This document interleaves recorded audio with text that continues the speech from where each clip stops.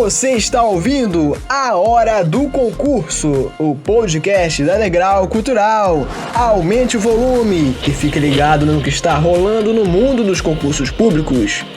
Conte com a orientação da equipe pedagógica mais experiente do país e venha fazer parte do nosso time de aprovados. Concurseiros do meu coração, cheguei de novo. Muito prazer, sou José Lucas Brito. E quando você escuta essa minha voz esquisita, já sabe que está no ar o podcast Hora do Concurso, produzido pela Degrau Cultural. Este ano de 2023 promete ser bem interessante para quem sonha em trabalhar na área judiciária. Vai ter o concurso unificado da Justiça Eleitoral, com vagas para o TRE do Rio de Janeiro. Vai ter também o concurso do Tribunal Regional Federal do Rio de Janeiro. Enfim, vai ter muitos outros concursos de tribunais Brasil afora, onde se concentram as maiores remunerações do serviço público nacional.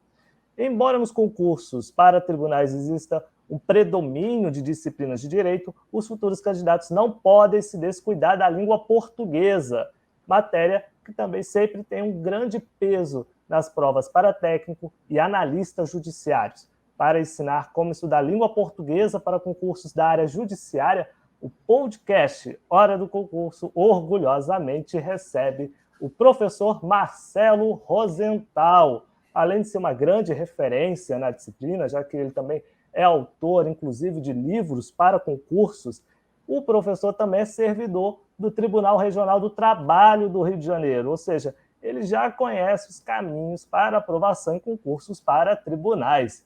Seja muito bem-vindo, professor. Obrigado pelo convite. A gente que agradece muito a sua presença aqui. E se o símbolo da justiça, né, que é o assunto de hoje, é a balança, não dá para eu equilibrar o comando deste podcast e ser o meu amado mestre Luiz Fernando Caldeira. Seja muito bem-vindo, Luiz.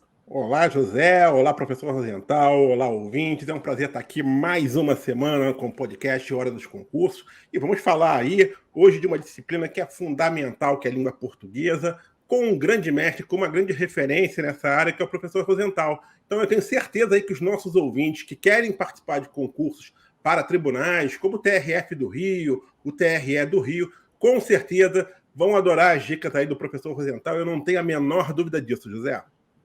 Com certeza. Só para avisar o pessoal que está nos assistindo pelo YouTube, o canal da Degrau Cultural, eu e Luiz não combinamos, mas estamos com a blusa com o mesmo tom de verde, para quem está nos assistindo. É uma homenagem à Degrau, né, José? Exatamente, 40 anos. O professor está com a tela verde, só que é um verde bandeira. Nosso verde é um verde oliva, meio azeite. É o verde do chroma key dele lá do estúdio. É o chroma key que eu estou gravando aqui. Pois é, muito verde Tá hoje. tampando, inclusive, meu espelho. Minha mulher está reclamando muito por causa disso. Isso aqui eu estou na sala. Eita, o estúdio na sala, eu sei como é que. Imagina como deve ser, deve ser complicado. Eu tenho um escritório aqui, mas eu não consigo ficar sozinho no escritório gravando. Eu me sinto sozinho aqui, eu gravo com a televisão ligada, por incrível que pareça, sem som, obviamente, mas para ter a sensação de que tem aluno, né? Sim. Essa é uma boa dica. Enfim, cada um no seu escritório, cada um improvisa o seu estúdio da maneira que pode. Né? Exatamente, mas a gente está aqui porque o importante é passar conhecimento e informação importante para os nossos concurseiros. Professor, estudar a língua portuguesa para concursos da área judiciária requer uma preparação específica ou as estratégias e comprometimento dos candidatos são semelhantes, são as mesmas que precisam ser adotadas para outras áreas que não seja a judiciária? Sinceramente, eu não vejo muita diferença, não. Vou ser muito claro e objetivo. O que eu acho que faz muita diferença é a banca. E, por exemplo, a FGV pode fazer concurso para a área judiciária, mas pode fazer para a área fiscal, e as provas da FGV têm uma característica, mesma coisa do Sebrasp. Então, o que eu percebo assim, é que não há muita diferença na prova de português para os concursos da área judiciária e para outros concursos. O que realmente acaba fazendo diferença é a banca. Ou seja, né? Com certeza, essa questão, né, da língua portuguesa, né, ser uma disciplina com peso grande, então cada banca tem uma forma diferente de avaliar, mas em relação às áreas, como o professor falou, a cobrança e a estrutura é semelhante.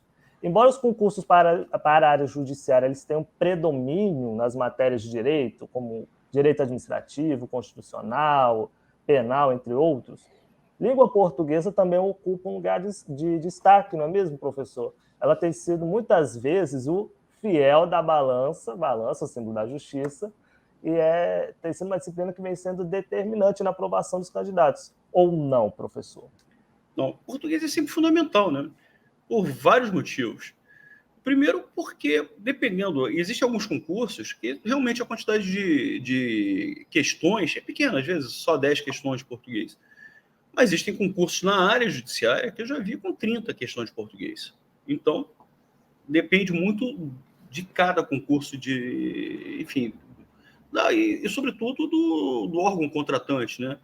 É muito difícil, por exemplo, o TRT, eu falo com muito mais tranquilidade do TRT, porque como eu sou servidor de lá, eu estou muito atento às provas do TRT, mas é muito difícil ter uma prova com menos de 20 questões. Né? Sim. Então, primeiro, uma questão de concurso público pode ser a diferença entre passar em concurso ou não passar. Então, uma prova que, mesmo que seja só com 10, uma prova que, mesmo que seja só com 10 questões, essas 10 questões podem ser decisivas. Né? 2 alunos que dominem bastante a parte de direito tem a mesma pontuação, que vai definir se quem vai conseguir a vaga ou não acaba sendo língua portuguesa. Né? Então, é óbvio. Além disso, a língua portuguesa ela é fundamental para você resolver questões até de outros conteúdos. Né? Como é que você vai poder fazer uma boa interpretação de uma letra de lei se você não tem um bom domínio da língua portuguesa? O português é a base de tudo, né? A língua é a base de tudo. Então, você ter domínio da língua é fundamental. Além disso, uma coisa que chama a atenção dos alunos é que há também a parte de redação nos concursos. Certo? Então, meu amigo, quando o aluno domina, por exemplo, crase, pontuação, regência, colocação pronominal, concordância, ele não só vai acertar questões na prova, como ele não vai errar, porque as pessoas esquecem que a redação não é só a argumentação. É também não cometer erros de português, porque cada erro que você comete na redação, erro de concordância, de pontuação, um erro de ortografia, você é descontado. É ortografia, é concordância, é coesão, não é isso? É tudo isso, né, professor? Então, porque as pessoas ficam muito preocupadas, às vezes, com a parte argumentativa, e tem que se preocupar mesmo, não estou negando isso. Tem que se preocupar mesmo. Se você tem uma tese, você tem que trabalhar uma argumentação compatível com aquela tese. Então, o texto tem que ser bem estruturado, isso, né? Sem dúvida alguma. Mas, se a pessoa consegue argumentar bem, fazer um texto bem estruturado, mas se a pessoa cometer uma porção de erros gramaticais na redação, ela vai se estrepar da mesma maneira. Então, ter domínio de língua portuguesa é fundamental sob todos os aspectos. Português define concurso público, sim, na área judiciária também. Pode ter certeza. Inclusive, eu já vi vários editais, né, da área judiciária, por exemplo, né, em que, tipo assim, é lógico, se você somar todas as disciplinas de direito, vão ter mais questões do que português. Mas, geralmente, acontece muito de português ter 20 e as disciplinas de direito ter 10, porque são 5 disciplinas, às vezes, de direito que se cobram, 6, cada uma tem 10. E português acaba sendo, digamos assim, isoladamente, né, até a disciplina com o maior número de questões na prova, né? Não no conjunto, se pegar todo o direito, é lógico que vai ter mais, né? Mas, às vezes, o próprio português, muitas vezes, né? Isso é uma coisa que acontece muito.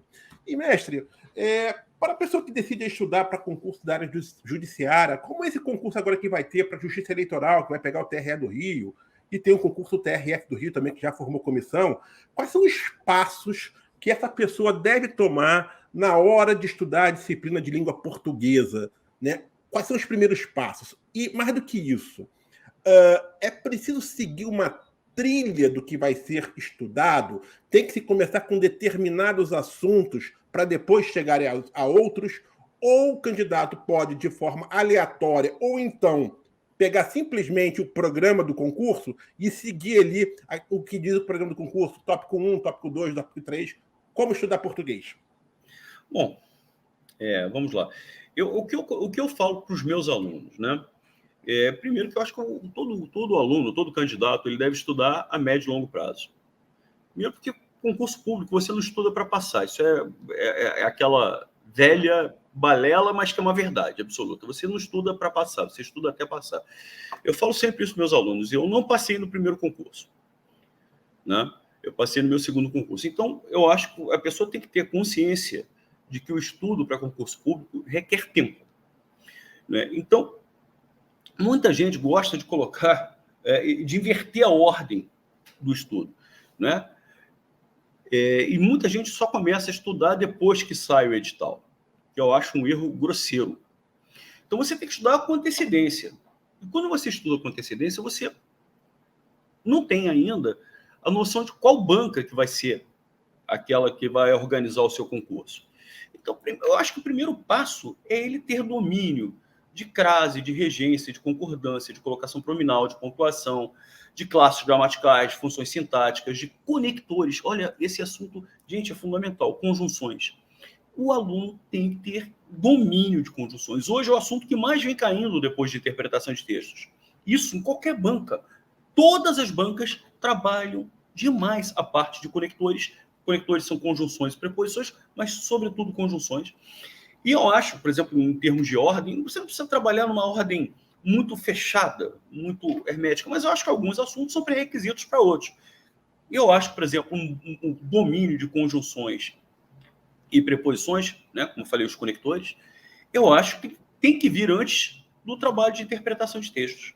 Como é que você vai ter uma boa interpretação de texto se você não tem domínio dos elementos que fazem a coesão textual, estabelecendo relações de sentido?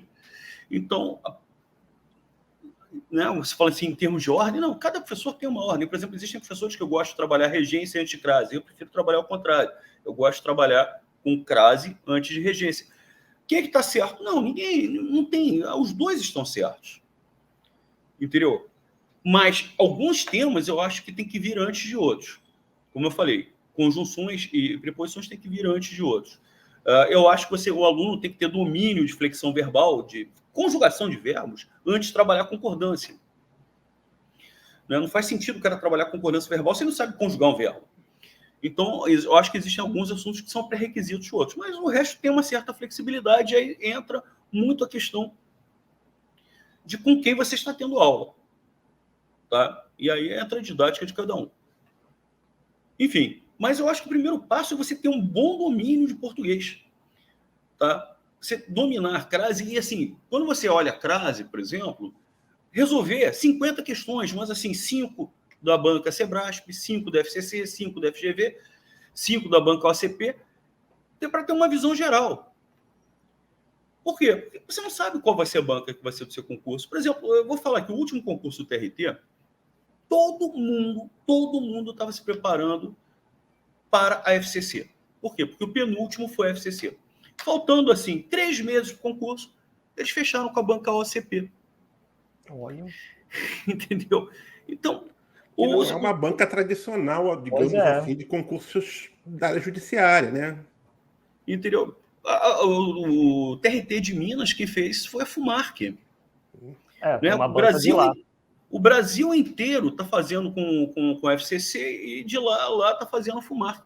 Quer dizer, gente, eu acho que é fundamental o cara, num primeiro momento, ter o domínio da língua. Isso, assim, não só em português, eu acho que em todos os conteúdos. Primeiro, o cara tem que saber direito constitucional, direito administrativo, independentemente da banca. E aí, quando houver definição de banca, e aí o cara dá uma lapidada final, né? Faz um preparo específico. Aí, nesse momento, o ideal é o cara estudar 6 meses, 8 meses, 1 ano, ter domínio da matéria. Eu enxergo assim, aquilo que eu considero como um trabalho honesto. Certo? E aí, quando houver a definição da banca, 3 meses antes do concurso, o candidato, o aluno, fazer aquela que a gente chama de lapidada, que é você se preparar, você se familiarizar com o tipo de cobrança daquela banca. Isso que é fundamental. Então, a Sebrasp tem suas peculiaridades, FGV, então, é uma prova pesada, difícil. Português é uma prova muito pesada. A prova de português ela é completamente diferente dos demais. Então, a solução para quem vai fazer o concurso FGV, primeiro, é ter um domínio muito grande de conectores, ter domínio de interpretação de textos e resolver muitas provas anteriores. Muitas. Mas não adianta, muita gente está tentando agora dar um salto nisso. E, em vez de as pessoas quererem ter domínio das matérias, as pessoas estão querendo ir direto para a parte final. Ah, saiu o edital? Então tá. Vamos lá, vamos resolver questões. E acham que com isso vão passar no concurso. Não é. Como é que você vai resolver questões de uma banca se você ainda não tem aquela base sedimentada? Então, eu acho que o ideal, e eu não estou falando, o cara tem que fazer um bom curso. O cara tem que fazer um estudo prolongado de meses. E aí sim, o ideal mesmo, assim, falando o melhor dos mundos, depois de ele fazer um básico tribunais, digamos assim, né, ele, nos últimos 3 meses, fazer uma turma de exercícios só com aquela banca. Né? Então, pelo menos eu enxergo assim.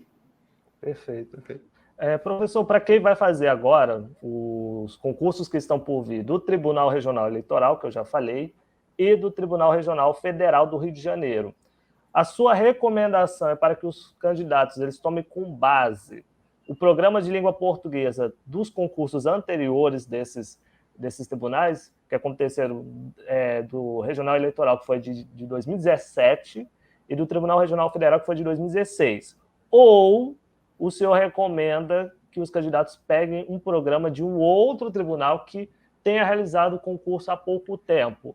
Se sim, no caso dessa última opção, que edital seria uma boa referência para quem vai fazer esses próximos concursos de tribunais regionais? José, eu posso ser sincero mais uma vez.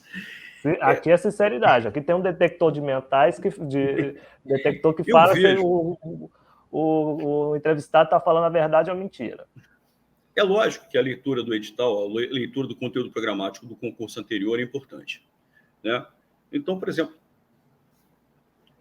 se você olha o conteúdo programático do concurso anterior do TRF, você vai servir como referência em relação aqui. Essa matéria aqui não vai cair. Tá? Direito a alguma coisa, digamos. Direito comercial não vai cair. Por quê? Porque não caiu no anterior. Se em cima da hora for inserido, aí você... Sim. É uma matéria que você vai ter que dar uma ênfase nessa parte final. Mas em relação ao português, o que eu vejo como experiência? Que o programa de português em todas as... os programas são muito parecidos. Eles mudam as palavras. Mas são todos eles muito parecidos. Certo? Então, o que eles cobram basicamente? São esses assuntos que eu falei. Então, o que eles cobram? Ortografia, pouca coisa. Né? Muita gente, inclusive, deu muita ênfase no estudo de ortografia por causa da reforma ortográfica, que é relativamente recente. Então, houve um período que as pessoas ficaram numa tara e aí o cara olhava a prova, não caía nenhuma questão daquilo. Certo? Aí você vê crase, regência, aqueles assuntos que eu falei, colocação pronominal, identificação de classes gramaticais, funções sintáticas, conjunções, interpretação de textos. Às vezes cai um pouco de figuras de linguagem. Então, cara, os programas são exatamente os mesmos, às vezes com palavras diferentes. Por exemplo, figuras de linguagem. Existem bancas que escrevem a expressão figuras, existem bancas que escrevem estilística. É a mesma coisa. Então, Rosenthal, eu boto no meu programa dos meus cursos e tal, eu coloco estilística. Muita gente vem me perguntar, Rosenthal, você não ensina figuras de linguagem, não? Você não ensina figuras? Entendeu? Então, os programas todos são muito parecidos, só que com palavras diferentes. Eu me lembro do conteúdo programático. Sabe como é que era o conteúdo programático do concurso para o auditor fiscal da Receita? Tanto para o auditor fiscal da Receita como do analista tributário da Receita Federal, programa escrito pela ESAF. Como é que era? A ESAF deixou de existir. Sim, que agora não faz mais concurso. Não faz mais, né? Pois é. Sabe como é que vinha? Eu acho que eram 4 itens só. Ortografia, Eram 3 itens: ortografia, morfossintaxe e interpretação de textos. Sintaxe é um monte de coisa, né? Só que isso aí abrange tudo. Não tem uma delimitação, né? Rosenthal, mas crase não está em morfossintaxe? A utilização da crase, o que é? Por quê? Por que existe a crase? Porque tem preposição e artigo. Essa preposição nasce de quê? Da regência de um termo. Regência, o que é? Sintaxe. Concordância, o que é? Relação que existe entre verbo e sujeito. Isso aí é o que é? Sintaxe. Entendeu? Então, morfossintaxe pega toda a parte de morfologia e sintaxe. Tá? Então, tá tudo nesse programa. Então, com 3 itens, você pega toda essa gama. Entendeu? Então, às vezes, você tem vários programas. Aí eu vejo que muitas bancas pegam a parte de interpretação de textos e subdividem em 18 itens. Mas, no fundo, o que é? Interpretação de textos. Entendeu? E, mestre, tem uma coisa, assim, obviamente o perfil da prova, a definição da banca, né, vai, digamos, nortear o tipo de prova, né, de língua portuguesa, tá? Então, assim, a gente sabe que, assim, é lógico, às vezes acontece de uma FUMARC pegar, uma Consuplan pegar, uma OCP pegar, mas, assim, eu diria que 90%, ou muito próximo disso, dos concursos da área judiciária, são realizados quase que por 3 bancas, né? Sebrasp, FGV e FCC. Eu acho que são, assim, as 3 principais que fazem concursos para a área judiciária. Você consegue traçar rapidamente o perfil de prova de cada uma dessas 3 bancas em língua portuguesa? Só para o candidato ter uma noção? Não, com facilidade. Só um detalhezinho.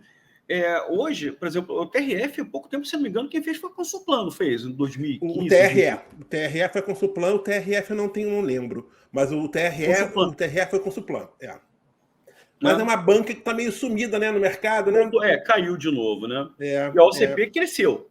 E a OCP cresceu um pouco. Cresceu. Sim. Inclusive, se você olhar as provas da OCP, hoje são provas muito mais sofisticadas do que quando lá as primeiras provas. Se o senhor reparar, assim, se pegar nos últimos 10 anos, o senhor vai ver que essas bancas de médio porte, elas meio que vão subindo, descendo. As únicas que seguem realmente, digamos assim, de forma mais linear, são as 3, né, que estão sempre muito fortes. Acho até que a FCC já foi mais forte, né? Mas não deixa de ser uma banca tradicional na área desses concursos. Porque aqui no Rio de Janeiro a FCC não pega tantos concursos. É mais tribunais, exatamente. E é uma banca que eu acho que faz provas belíssimas, cara.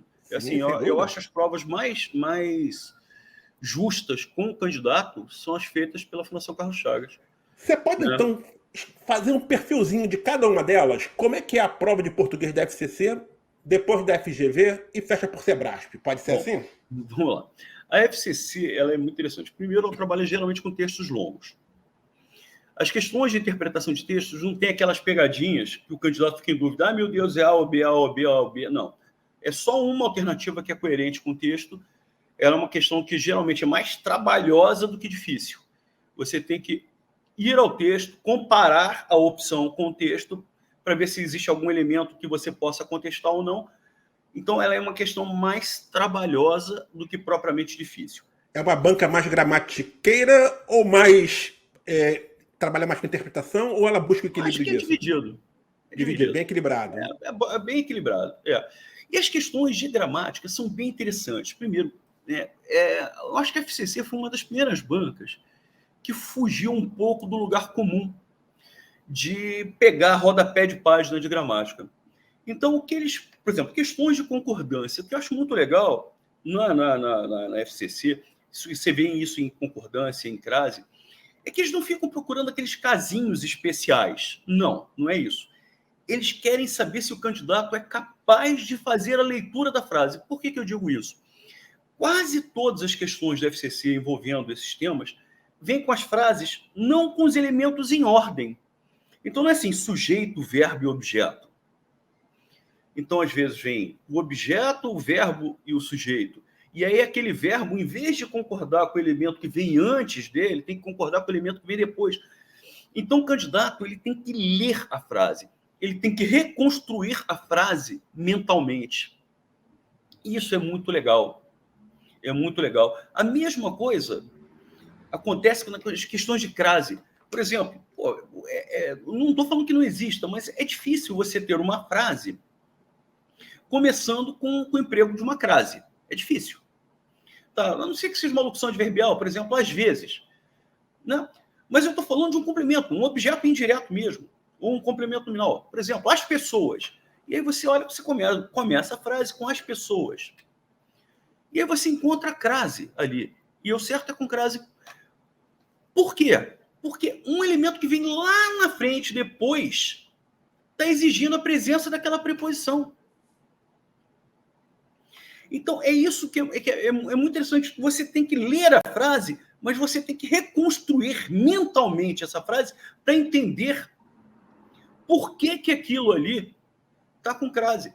Por que aquela preposição A apareceu e é um elemento que vem, às vezes, 2, 3 linhas depois. Então, a FCC tem essa característica, que é trabalhar o tempo inteiro com os elementos invertidos. Não é só a ordem sujeito, verbo e complemento, não. Às vezes vem verbo, complemento e sujeito. Tá? Muitas questões de concordância vêm assim, esse verbo aqui está concordando com esse elemento aqui sublinhado. Aí o cara coloca o verbo entre parênteses, um elemento sublinhado, geralmente o elemento vem depois. Então, o que a banca está pedindo? Está pedindo a interpretação da frase para você resolver a questão.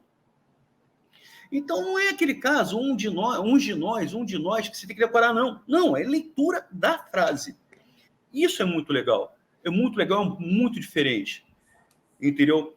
Você, agora, tem como treinar isso? Tem. Porque se você pegar 10 questões de concordância, por exemplo, em que os elementos estejam invertidos, na 6ª questão, o seu olhar já está treinado. Opa, esse verbo aqui está concordando com o elemento que vem depois, não com o elemento que vem antes. Porque o cara começa a se habituar com essas construções em que os elementos não seguem aquela ordem natural da frase. Então, o que eu percebo na FCC é essa preocupação com a capacidade de leitura do candidato. Requer um conhecimento das regras gramaticais, mas requer também a capacidade de leitura, a inteligência do candidato em reconstruir a frase mentalmente. Agora, é lógico que até mesmo para essa inteligência, você tem como treinar, você tem como se habituar, né? Fazendo provas anteriores. Por isso, eu acho muito bom você fazer provas anteriores do FCC, porque você sente a aplicação daquilo que você estudou, daquelas provas na prática. Mestre, eu tinha falado para a gente deixar a FGV, para deixar o Sebrasp para o final, mas eu acho melhor te deixar a FGV para o final, porque eu acho que ela é um pouco diferente do padrão, né? Vamos falar então um pouco agora do Sebrasp. Como é que é a prova de português do Sebrasp? Cara, a prova do Sebrasp, né, é uma prova que eu acho muito legal, muito bonita. Eu adoro, inclusive, fazer simulados dessa banca, porque eu gosto de fazer essas questões de certo e errado. Não é? Então, uma coisa que eu achei interessante chamar a atenção do aluno também é que nem sempre as provas da banca Sebrasp são de certo e errado. Existem provas de múltipla escolha, inclusive tribunais às vezes. Isso que, na realidade, que define é o órgão contratante. Né? Então, o tribunal que vai definir, olha, vou contratar você, mas eu quero questões de múltipla escolha, eu quero questões de certo e errado. Quem define do Rio faz isso, por exemplo. Né? É o órgão contratante. Mas a banca, mesmo quando a prova é de múltipla escolha, ela tem uma característica muito interessante, que é a seguinte: como o estilo Sebrasp já está muito sedimentado, que é pegar um texto e tecer comentários sobre o texto, tá? Eles acabam fazendo isso também nas provas de múltipla escolha. Só que eles colocam os itens 1, 2 e 3, na questão 12, por exemplo, questão 12. Itens 1, 2 e 3 que você tem que definir se está certo ou errado. Né? E é uma banca que trabalha de uma forma muito legal, porque também pede questões. Muita gente acha que as provas da banca Sebrasp são apenas de interpretação de textos, porque são comentários feitos a partir do texto. Não. Você tem questões de interpretação, é óbvio que tem, mas você tem muita questão de gramática. E você vai encontrar questões de crase, de regência, de concordância, tudo isso. Só que, na realidade, o que o candidato... As provas não são difíceis, mas requerem muita atenção. Muita atenção. Por quê? Porque o item é escrito com muita malícia. Por exemplo, você tem um texto lá. E aí ele propõe uma reescrita desse texto. Certo? E aí, olha só que situação maldosa. O candidato, como é que ele tem que ter malícia? Certo? Ele propõe uma reescrita. E quando aquela proposta que ele fez é uma proposta errada, a reescrita errada daquele texto, e eles vão, às vezes, falar o seguinte, olha, se você substituir A por B, e essa substituição, como você faz uma análise gramatical, vê que essa substituição está errada, só que ele continua o item. A substituição de A por B prejudica a correção gramatical do período. Então, pera lá, se ele substituiu A por B, a frase ficou errada. Só que o comentário do item diz que a substituição de A por B prejudica a correção gramatical do período, o comentário está certo. Então, o candidato tem que saber fazer essa prova.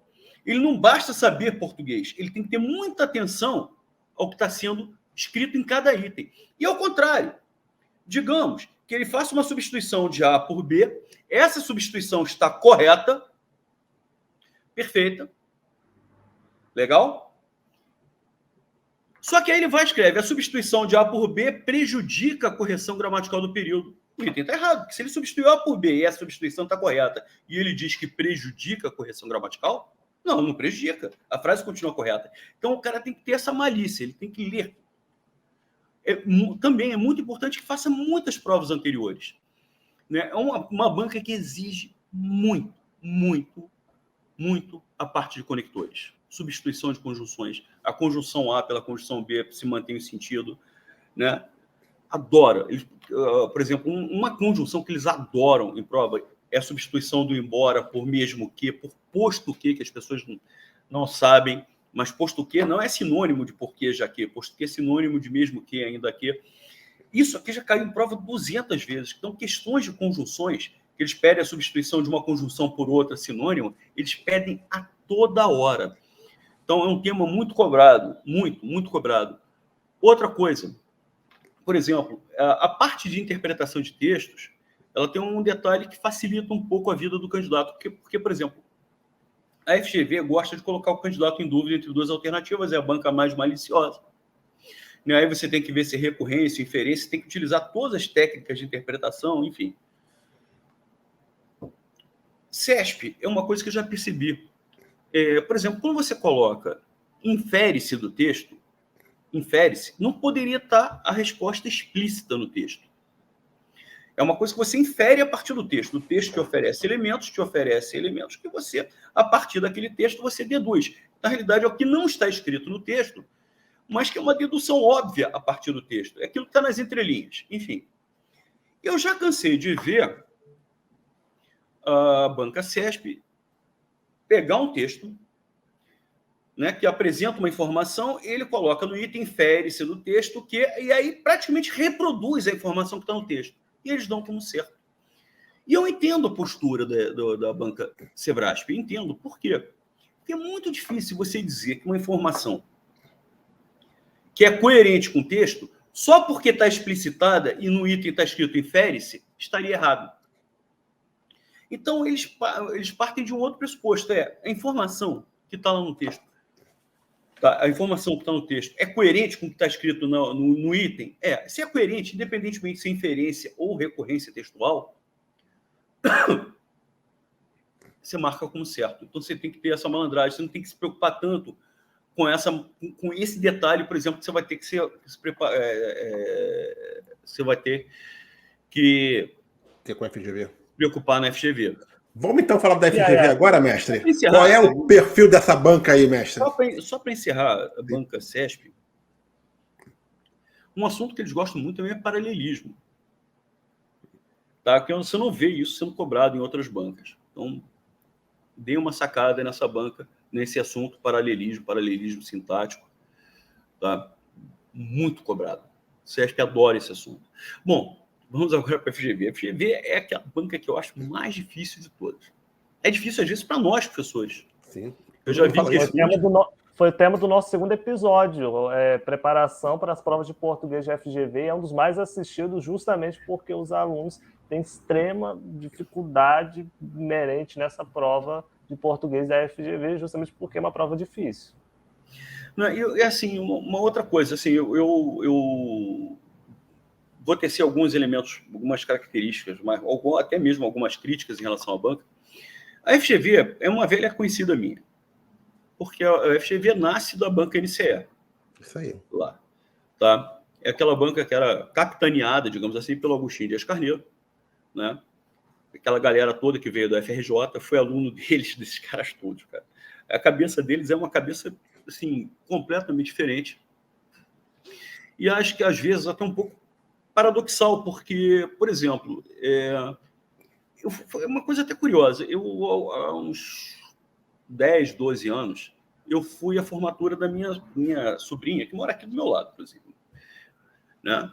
E ela estudou no Colégio Santo Agostinho, certo? E o professor do Santo Agostinho era justamente o Agostinho Dias Carneiro, né? E o Agostinho sempre falou que o mais importante da língua é você se fazer compreender e compreender o que está escrito. Então, ele falou que a parte de compreensão do texto é uma coisa fundamental. Então, ele foi palestrante, ele falou um bocado. Aliás, ele deu um show ali. O Agostinho era espetacular. Ele deu um show, né? Eu nunca vi numa formatura todo mundo levantar e aplaudir. Os pais se levantaram e aplaudiram o Agostinho Dias Carneiro. Então, ele sempre defendeu muito essa questão da interpretação de textos, né? Só que, ao mesmo tempo, ele cobrava a diferença entre complemento e adjunto nas provas. Porra! Entendeu? Como assim? Né? Então, é uma banca que... E hoje, eu acho que o Agostinho, até porque eu não sei nem se ele está vivo, ele já estava com mais de 90 anos, ficou... A FGV é o NCE sem o Agostinho. E partiu para um perfil muito ligado à lógica. E é assim, inclusive com relação a conhecimentos, né? Por exemplo, eu estava conversando com outro professor sobre uma questão de português que eu achei muito interessante.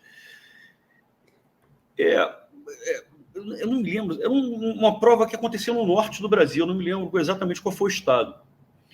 E que eles perguntaram o seguinte: olha, aconteceu uma prova no dia tal, certo? No dia seguinte, foram veiculadas notícias sobre esse concurso. Que notícia é mais importante? E aí ele vai mandando, né? Aí tem lá entre as alternativas comentários dos alunos sobre a prova, não tem relevância nenhuma. Data que vai começar o período o período de recursos. Aí a resposta no final é a divulgação do gabarito provisório, né? Tudo bem, é indiscutível a resposta. A pergunta que eu faço, mas será que isso é português? Sim. Entendeu? Isso é lógica. Entendeu? Não é... Como é que você vai ensinar um aluno isso aí? Entendeu? Realmente, pô, o que a gente pode falar para o aluno é o seguinte: olha só, tudo bem, foi feita uma prova ontem. Beleza? E aí? O que é o mais importante? É o que vem primeiro. É o que vem primeiro. Por quê? Por exemplo, período de recurso. Mas e se eu concordar com o gabarito inteiro? Aquilo ali perde relevância. Certo? A possibilidade de aumento de salário. Porra, é importante? Lógico que é importante. Mas só vai ter importância se eu passar no concurso. Se eu não passar, não vai ter importância nenhuma. Então, tudo bem, isso tudo é muito bonito, mas sim. E o que é isso? É gramática? É interpretação? O que é isso? É português? Ou isso é lógica? Entendeu? Muitas questões relacionadas à área de jornalismo. Sim, nossa área. Muitas questões, você para e olha. Essa notícia aqui é assim, assado. Por que é importante isso? Então, assim, eu acho que só existe um meio mesmo de você se preparar para a FGV. Por exemplo, FCC, se você fizer 15 provas, fez o curso todo de português, fez o curso todo. Você fez 15 provas, você está preparado para fazer FCC. Está preparado. Fez o curso português completo e tal. Opa, saiu edital, é Sebrasp. Resolve 15 provas, você está preparado para fazer Sebrasp. Você fez o curso todo, domina conjunções, domina técnicas de interpretação, faz 15 provas, não está preparado para a FGV. Não está. Você só vai estar preparado depois de 100, 150 provas da FGV. Depois de você ver tudo que eles estão fazendo. Entendeu? E mesmo assim você vai para a prova correndo riscos de errar. Mas o que eu procuro tranquilizar o candidato é o seguinte, olha, também tem uma coisa. Você está no mesmo barco que todo mundo.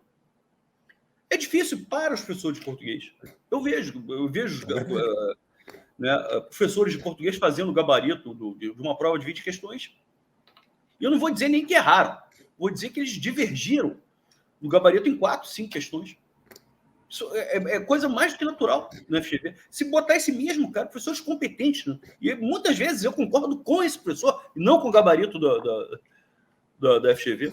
Ontem eu estava conversando com um professor de Direito Constitucional, que vocês todos conhecem, o Rodrigo Menezes, meu amigo. Sim. E a gente estava conversando sobre uma questão da FGV, que foi de uma prova agora, de 2022 ou 2023, uma questão, cara, que nós dois olhamos e falamos, cara, a resposta tinha que ser a letra C, não a letra D. E a gente tinha técnicas para eliminar a letra D. E eu acho, assim, particularmente, eu acho a FGV muito arrogante. Eu acho que eles são arrogantes. E eu não sei o que daquela prova você aplica na vida, no dia a dia. Eu sou servidor público há 32 anos. Tá, você olha uma prova da banca CESP, aqueles conhecimentos que eu sou obrigado a ter para resolver uma questão, eu aplico no dia a dia, lá no TRT, quando eu escrevo um ofício, quando eu escrevo um memorando. Tal. Aquilo que a FCC cobra do candidato, você aplica na vida, você aplica no dia a dia, na prova, no seu trabalho, na sua atividade laboral. O que a FGV cobra, você não aplica no dia a dia. Entendeu? Então, eu só vejo uma maneira, fazer o curso completo e resolver, não 15 provas, não 20 provas, tem que resolver 100, 150 provas. Tá? Por isso que tem os simulados da Degrau. A Degrau tem cursos para os concursos da FGV direcionados para ajudar os alunos a conseguirem vencer esse bicho de 7 cabeças. Recentemente tivemos a prova da Receita Federal e muitos alunos reclamaram justamente desse nível de dificuldade. E no caso da FGV, assim, quase então não cobra gramática ou não? Não, assim, é uma coisa curiosa. Eu estava procurando outro dia questões que fossem só de interpretação de texto, sem essa lógica diferente. Tivesse um texto e o cara fizesse perguntas de interpretação. Eu tenho visto muitas questões agora que eles estão cobrando gramática também. Que eles perguntam o que há de erro num texto. Então você tem que identificar qual é o erro. Entendeu? Se o erro é de regência, de concordância.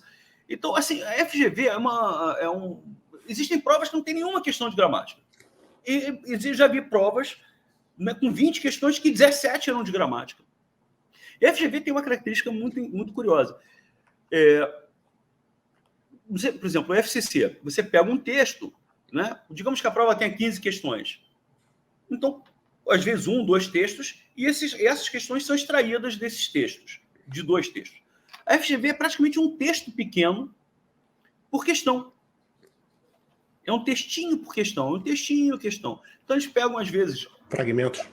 Fragmentos, e aí e tecem comentários. Esses comentários, às vezes, são gramaticais. Difícil, você não vai encontrar questão assim, assinale a opção com erro de crase. Não tem isso. Ou complete a lacuna aqui com crase.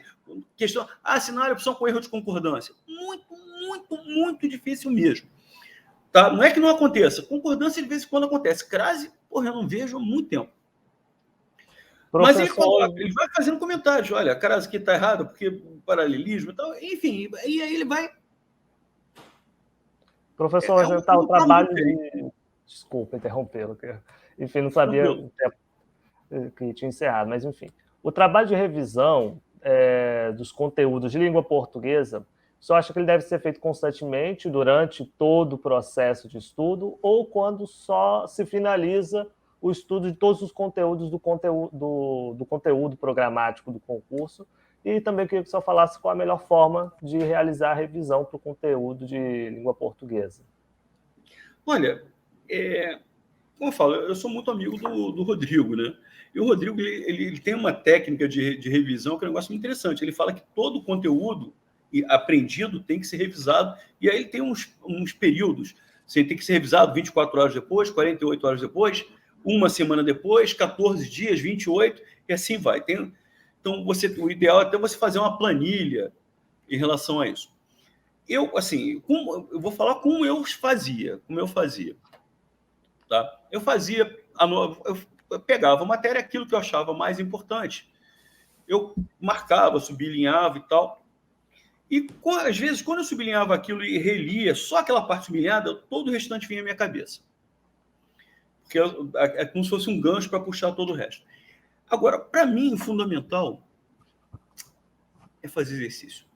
Para mim, não existe melhor método de revisão. Então, não há definição de bancas.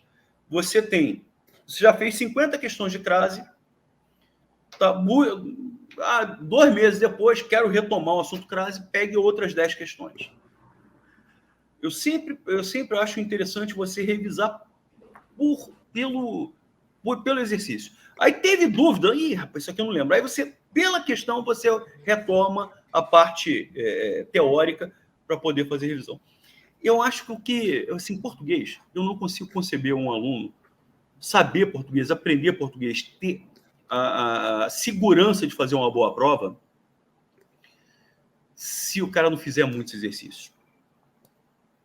Entendeu? Fazendo exercício, ele vai se sentir muito mais seguro na hora da prova, pode ter certeza. Sem dúvida. Mestre, a gente já falou aqui da importância do português, o senhor já falou dos principais assuntos que são cobrados em provas de concurso da área judiciária, né, principalmente na parte gramatical. Eu queria que a gente faça aqui rapidamente, até porque para não estourar muito o tempo do programa, faça da importância da redação, né, porque redação e prova discursiva geralmente caem em concursos da área judiciária também.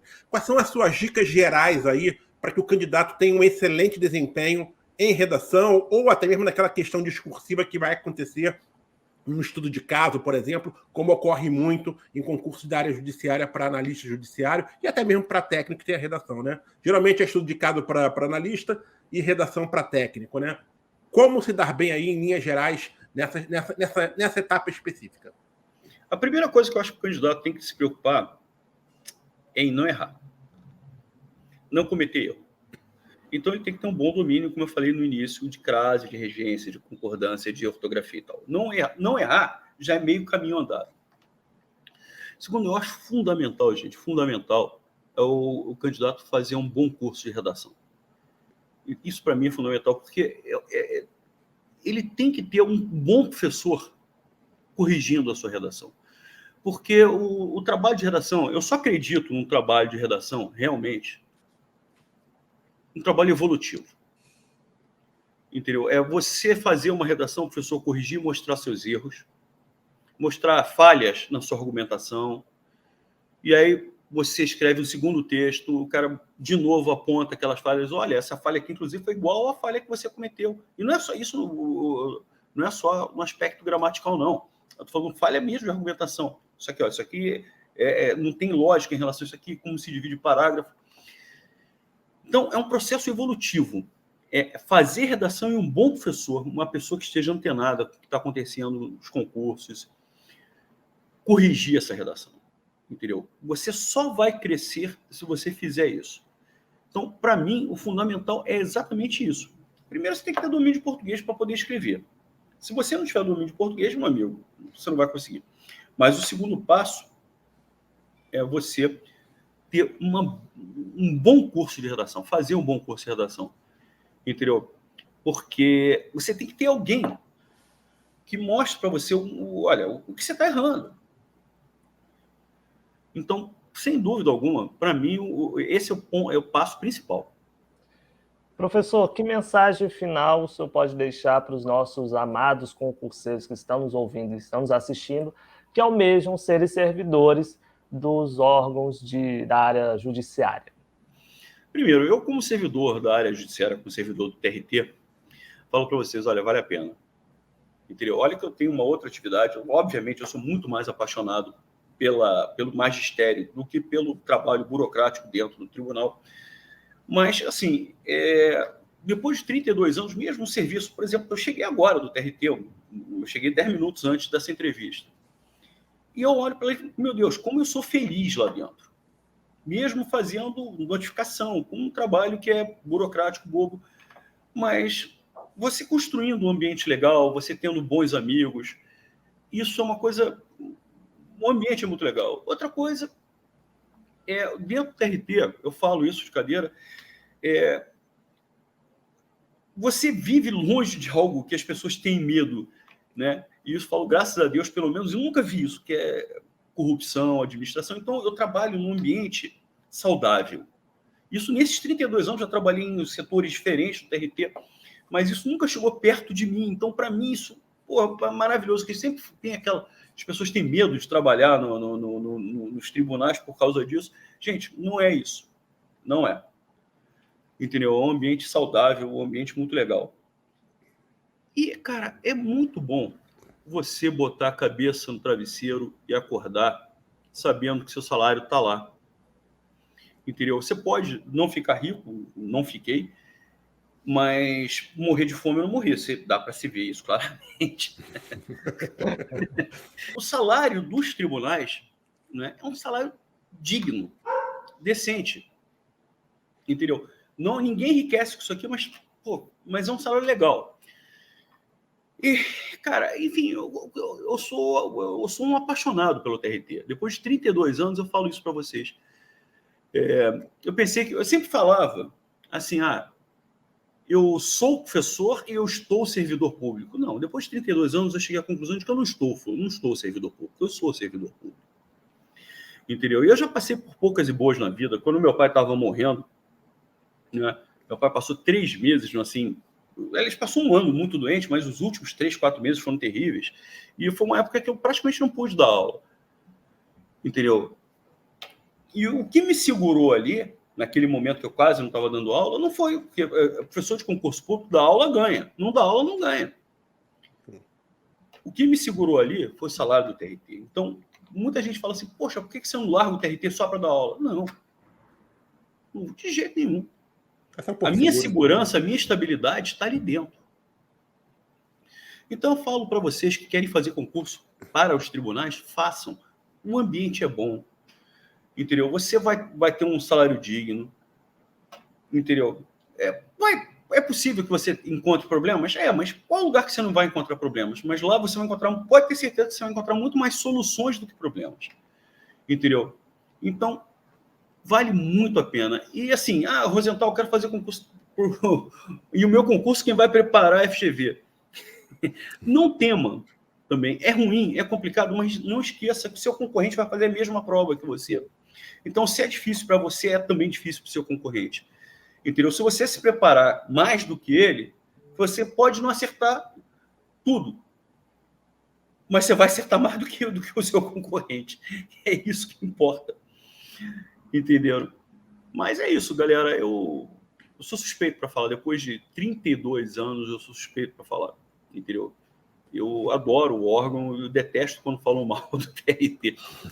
Esse era o cara que falava que estava funcionário público. Que bom. Esse foi o professor Marcelo Rosenthal, um especialista em língua portuguesa para a área judiciária, e contou também um pouco da sua trajetória. O senhor também tem um canal no YouTube, né? Só procurar Marcelo Rosenthal para assistir suas aulas. Eu não sei exatamente qual é o meu nome.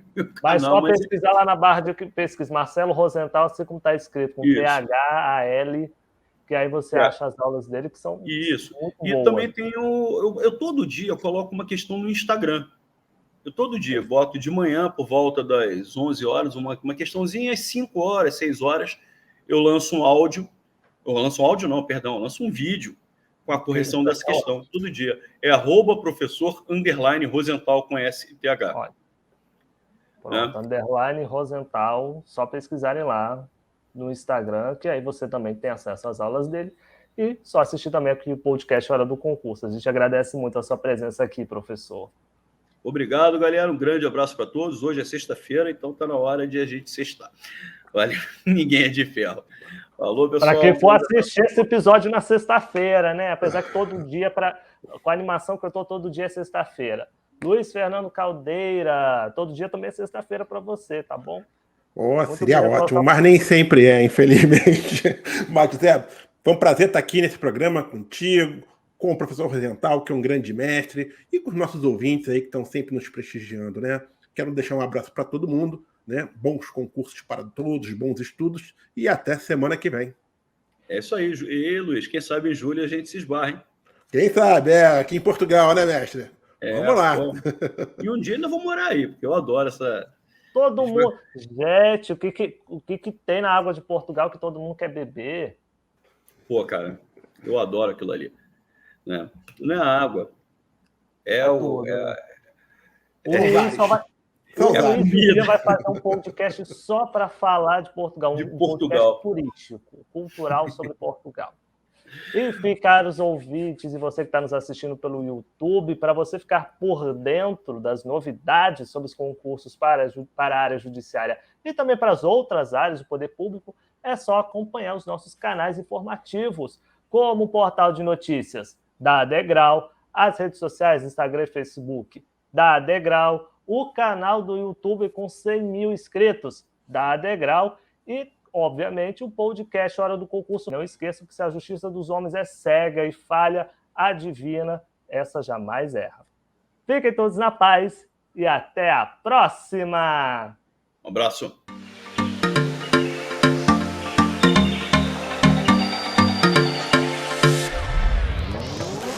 Se você gostou do podcast Hora do Concurso, não esqueça de compartilhá-lo com seus amigos. E siga a gente nas redes sociais pelo @degrau cultural. Até o próximo episódio!